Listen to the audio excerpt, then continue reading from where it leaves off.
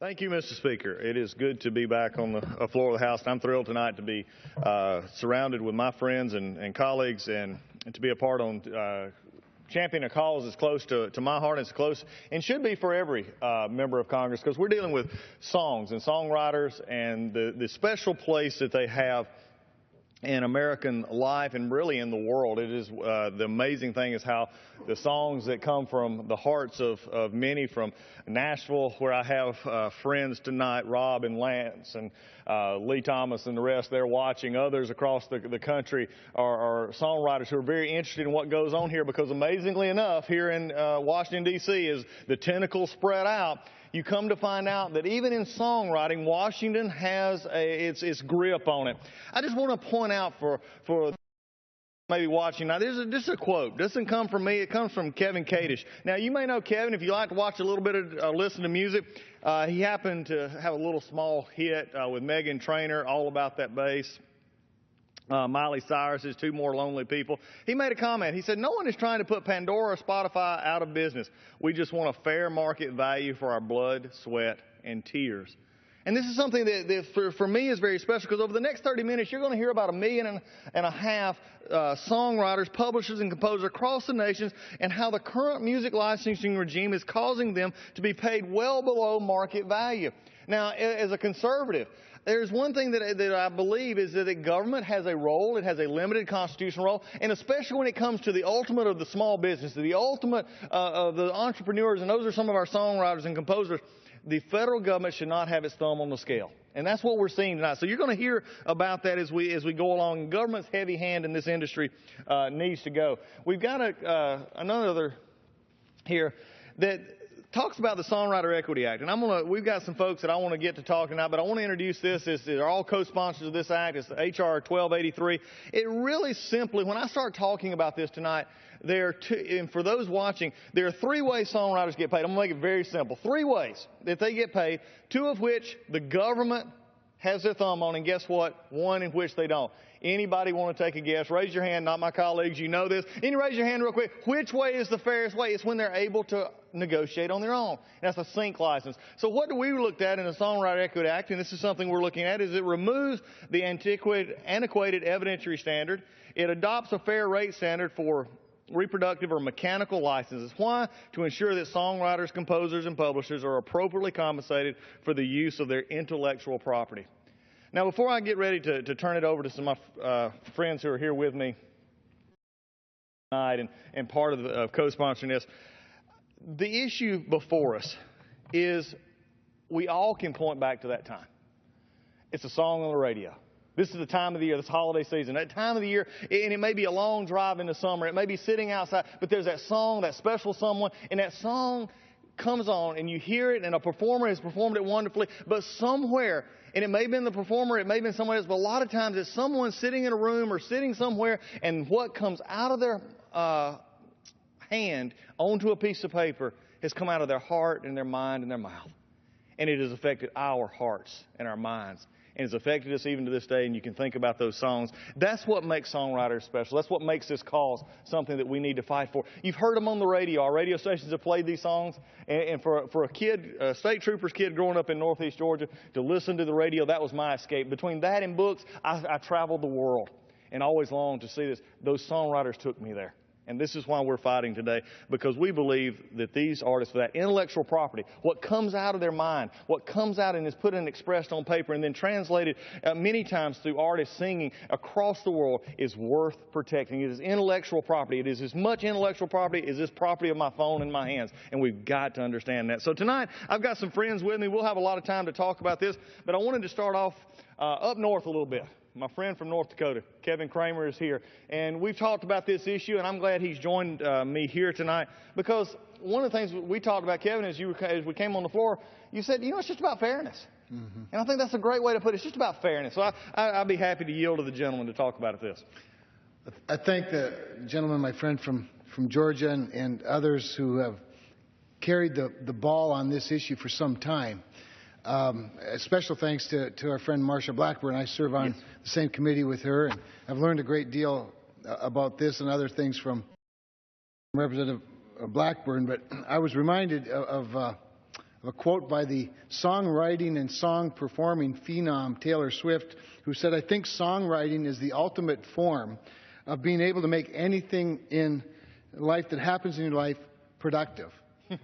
And certainly, making whatever happens in your life, whether sad or glorious, joyful or heavy, you can write a song and it can be productive, but that doesn't mean it's profitable. And if something's not profitable, the productivity of it will certainly wane over time. And we'll be robbed of that very important piece of the music value chain where the product begins, in the heart and the mind of the songwriter. One of the things I love so much about this job, and I'm happy to admit it to my friends in the chamber tonight, is all of the things that you're forced to learn that you never thought were important before you learned them. It's kind of amazing. Here we are, 435 colleagues, representing roughly 700,000 people. In my case, I represent the entire state of North Dakota. And we think about things like agriculture and coal and oil. We think about things like highway bills. But we don't necessarily think a lot about songwriting. We think a lot about markets.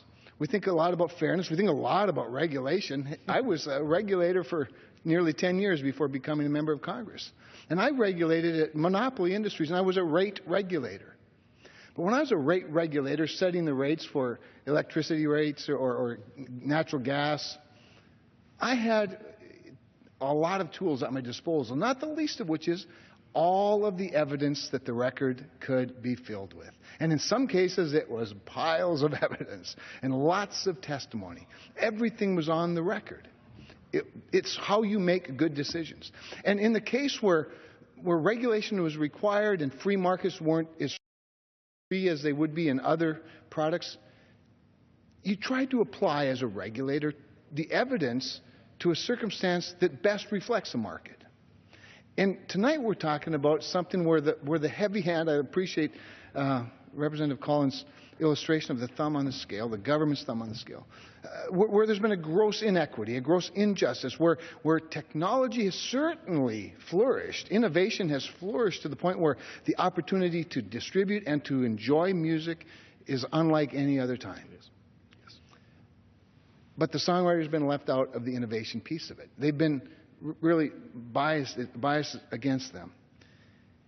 And I just think, as I've studied this issue, as it was brought to my attention, I look at it and I go, this isn't fair. This just isn't fair. And frankly, the ultimate conclusion of this kind of antiquated regulatory policy would lead to a very important loss, because people wouldn't be able to do this. Now, lest you think that Georgia and Tennessee are the only places there are songwriters, I was surprised to find out there are several hundred of them in my little state of North Dakota. It's amazing how this affects. And one thing that I think all of us can agree on is that small business is the heart of our economy. And there is no smaller business than the single genius that writes music, right? That's the smallest of small businesses. And we ought to get the government, to the degree we can, out of the way, but to the degree it requires. And we understand it does require regulation. I mean, we are talking about copyright. We are talking about things like broadcasting. We are talking about things that are under the legitimate jurisdiction of the federal government. But we ought to at least be fair in how we do it, and we ought to be modern in how we carry it out. So in addition to my friends, Representative Collins and Representative Blackburn and others who have taught me so much about this important issue, I also want to thank a new friend who approached me at a concert that I because I love him so much and love his music. I've loved it for decades. And it is an important lesson of advocacy and the importance of stick-to-itiveness.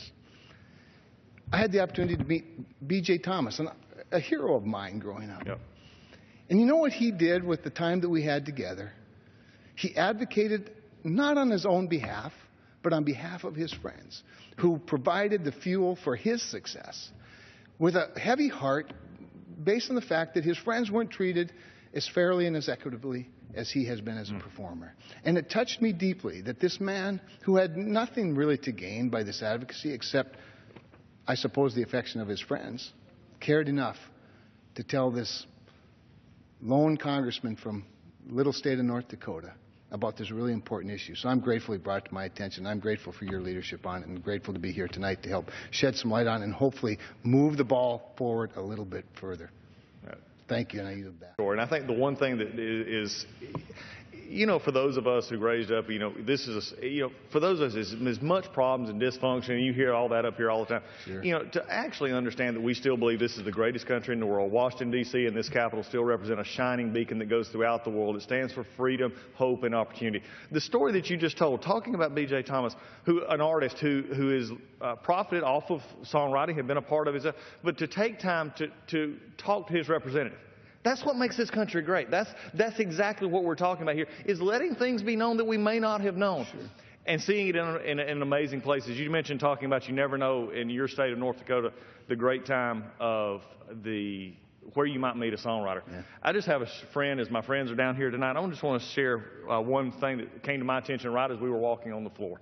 You never know where songwriting comes from. And tonight we have a special honor, because outside these doors, protecting us here at Capitol Hill, is one of our aspiring songwriters, one of our songwriters, and it is with Capitol Hill Police, Kevin Ramon. I hope I pronounced that name right. He's protecting Congress, and he also writes the soundtrack of our lives. Can you imagine a better way to think about that, even in this building? I just have to say, since you brought it up, that there's nothing that makes me much more emotional than a really good song, but the men and women who protect us in this chamber make me as emotional as anything. I'm grateful. Great story. Thank you. I appreciate it. Well, thank you tonight for being a part of it. And it moves along. You mentioned the great state of Tennessee with Ms. Blackburn and others who have been part of this.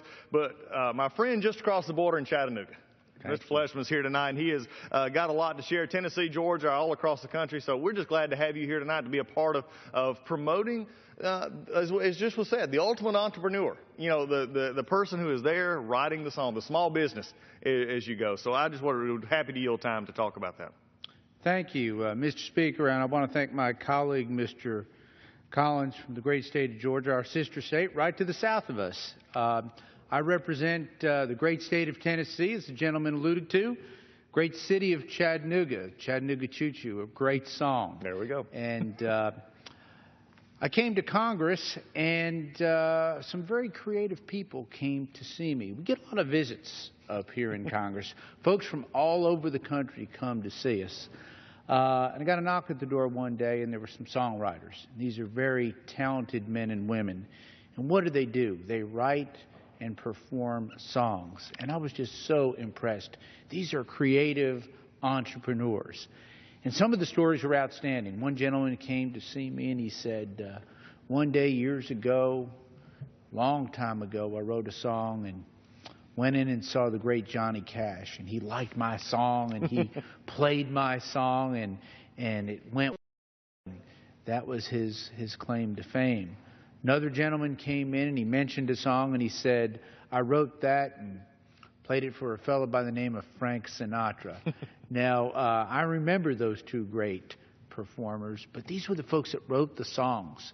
And this songwriter actually got to go and hear that recorded. Sinatra invited him when that came. It became a classic.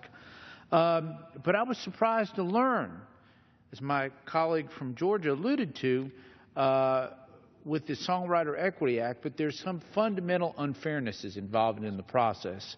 And I wanted to talk about that because before I came to this great house, I practiced law in the city of Chattanooga for about 24 years. And I love practicing law, but when I wasn't practicing law, every once in a while, the judge wanted to go fishing, and he'd let me preside as special judge. And I really liked presiding over cases. Matter of fact, I presided probably over several hundred cases over my legal career. Still keep a law license.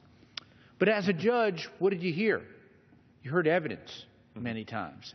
And I want to allude to something that's very important in this whole debate, because right now, the way that the rates are set, and I want everyone who is watching this to understand this fundamentally, the evidence cannot be considered by the judge in setting the rates for these performers. Now, what I mean by that specifically is that these judges are not allowed by federal law to consider sound recording royalty rates as relevant benchmarks when setting performance royalty rates for songwriters and composers. So it's analogous to a judge hearing a case but saying, well, I'm not going to let you decide this. And that's not a good thing. That's right. So these men and women every year. They play their songs, they work very hard, but they want their share of the American dream. And Nashville is a great city. It is our capital city in the great state of Tennessee, and I love all of our state. I represent the 3rd District, East Tennessee, that's Chattanooga and Oak Ridge. But when I travel to Nashville and I see these men and women coming there, and there are literally hundreds of thousands of songwriters, but what do they want? They want that one special song, or hopefully more, to click, for somebody to perform that. And when they do, they ought to be rewarded. We ought to be incentivizing this because these are creative people, these are entrepreneurs. So it's my privilege to join the distinguished gentleman from Georgia who has this Songwriter Equity Act with, I believe, all my colleagues from Tennessee, and want the American people to take a look at this. I urge Congress to take a look at this. This shouldn't be an issue about Republican or Democrat. This is an issue about giving these songwriters a fair shake. And with that, I yield back to my distinguished friend from Georgia. Well, I think that's so much. You just made a great point. I don't hear a song that comes out on a platform. And I think that one of the things we forget here, and one of the things this is not a discussion of how we get music in per se, and how innovators have decided that, you know, through wonderful things, Pandora, Spotify, Apple Music, there's so many platforms out there, traditional radio, the internet, those are wonderful. And what we don't want to forget is the very system that has allowed them to begin is something that is taking away from it at the heart of the very songwriter issue. And you mentioned the evidence rate. There's also one of the reasons that we were talking about this is songwriters is music's most regulated sector. 75% of a songwriter's income is regulated, some of which go back, the mechanical rights, to 1909. They're still governed by player pianists. That's got to change, and I think this is where we're at. What you bring is such a wonderful experience in what you've heard, and I appreciate you being a part of this tonight, because it just highlights, again, that specialness. And there's no, whatever the song may come out on the platform, I don't hear it come out saying Republican, Democrat, Independent, Libertarian, whatever. It just comes out as a song that comes from the heart and mind of someone that touches the soul of others, and I think that's a wonderful thing to be a part. Thank you for being here tonight. Sometimes you make friends and you come, especially in issues, and the great state of Georgia and the Big Apple come together. Was just recently there. And it's amazing how you find commonality in music and how you find commonality in songs and songwriters.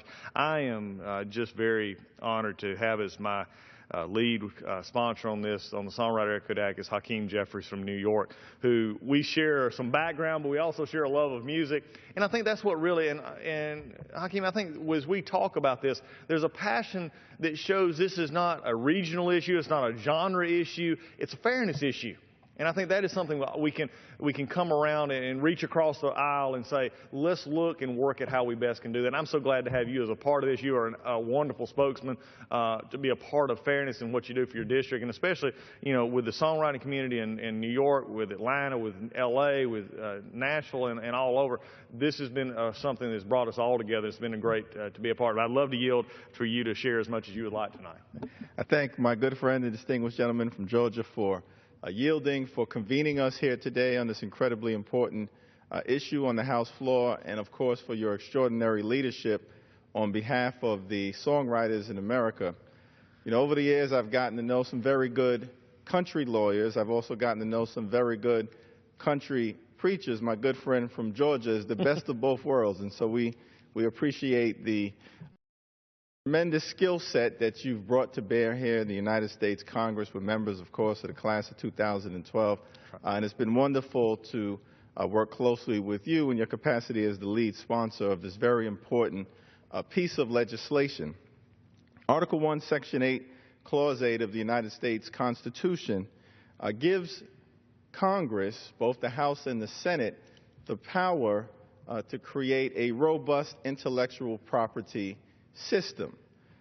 In the words of our founders, in order to promote the progress of science and useful arts by securing for limited times to authors and inventors the exclusive right to their respective writings and discoveries. The founders of this great country understood that it was important to create a robust intellectual property system in order to allow creators and innovators to be able to benefit from the fruits of their labor. Songwriters, of course, are at the heart of the music ecosystem, a music ecosystem that produces a variety of different forms of music. We know that there's country and there's pop and there's rock and roll, there's blues, there's bluegrass, there's jazz, there's Motown, there's hip hop and R&B, which we tend to be partial to in the 8th Congressional District. But what all of them have in common is that someone had to create this music. And at the heart of that creation, at the heart of the ecosystem, of course, is the songwriter. Now, if the songwriter were to disappear or to be diminished in number, then the whole system of music creation collapses. And in many ways, that's what the Songwriter Equity Act is all about. Because of the inherent fundamental unfairness in the current system by which songwriters are compensated. Congressman Collins and I have been able to work closely with a variety of different stakeholders from throughout the nation, and certainly Nashville and Atlanta and New York have wonderful songwriting communities. The chairman of ASCAP, Paul Williams, who's been a tremendous advocate, often has said before the Judiciary Committee and in other contexts that songwriters may be the most heavily regulated small business people in America. And unfortunately, that heavy regulation, as is often the case, is not benefiting them. In fact, in many ways, is suffocating the songwriting community. It's not working to their benefit. It's not consistent with the DNA of our Constitution as it relates to intellectual property, which is to enable creators to benefit from the fruits of their labor. And that's why the Songwriter Equity Act is such an important piece of legislation.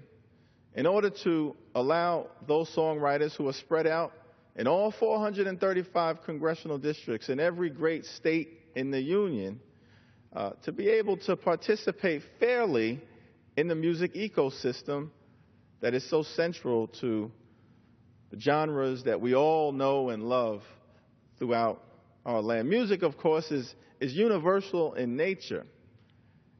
It crosses all boundaries of race and religion, socioeconomics, region, cultural boundaries in this incredibly diverse nation of more than 320 million people. That's why it's been so wonderful to participate in this journey as it relates to trying to do the right thing for the songwriter in this country. And as has been pointed out by my colleague from Georgia and the other participants here, there are really two fundamental things that the Songwriter Equity Act attempts to correct.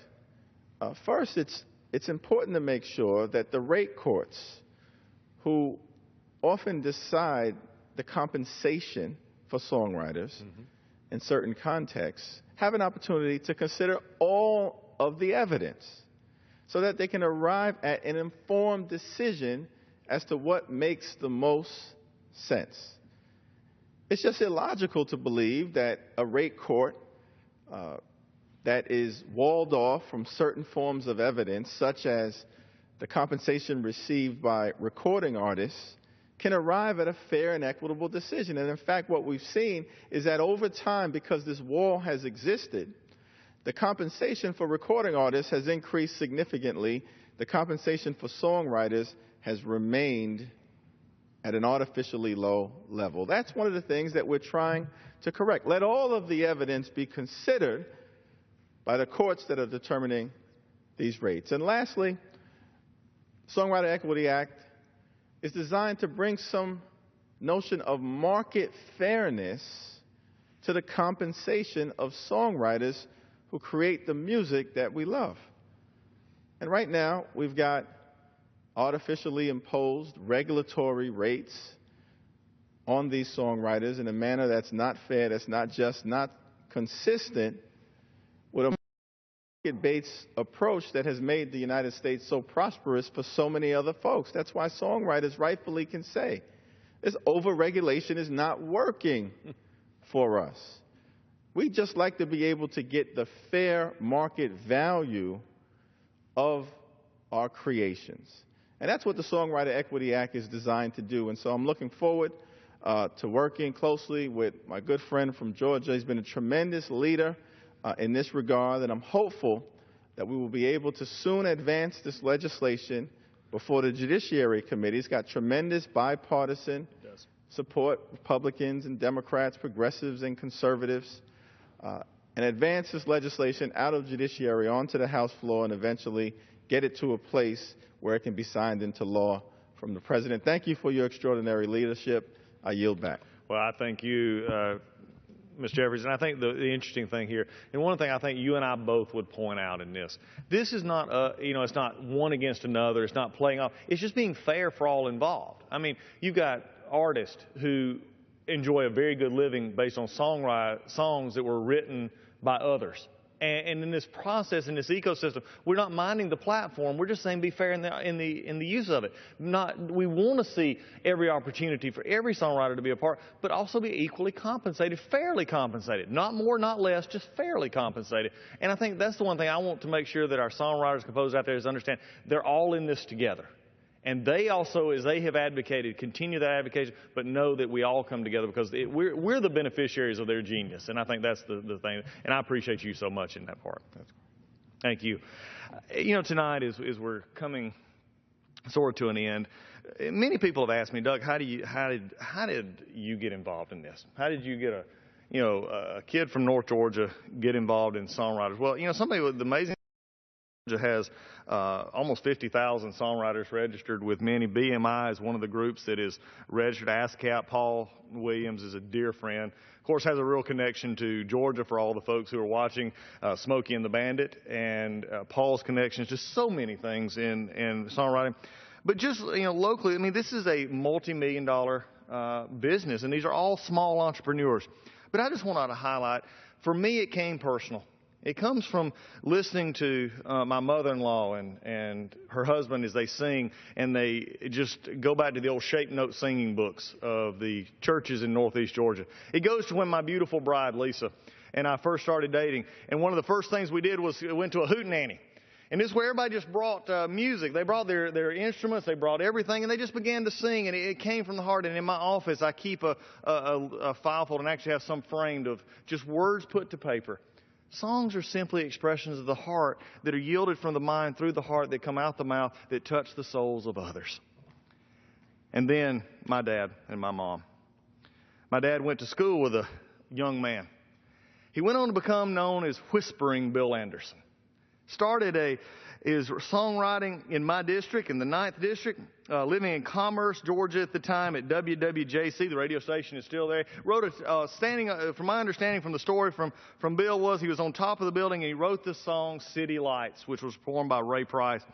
And he's transcended the decades because one of his last songs was Whiskey Lullaby that was performed by Brad Paisley and Allison Krauss. You see, this is about stories. Neo, one of our Georgia folks, many of our folks know, streaming companies are making a lot of money off an outdated system in which they are able to pay songwriters less than a fair market value for the right to use their work. This is Neo. But then also, it's time for Congress to stand with songwriters. Hashtag stand with songwriters. I know there's many out there watching on Twitter, Facebook. There's a lot of places where we can get this message out. It's simply about fairness.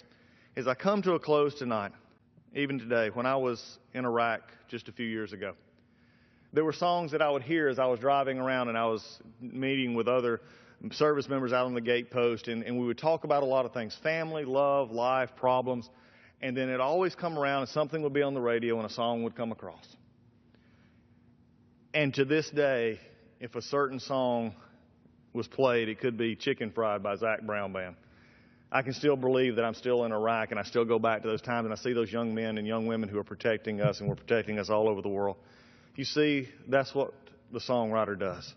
The songwriter takes the moment, crystallizes it, forms it, just as they would any product that they make that comes out of their mind, flowing straight from the heart, out the mouth, onto a pad, through their hand, and touches lives around the world.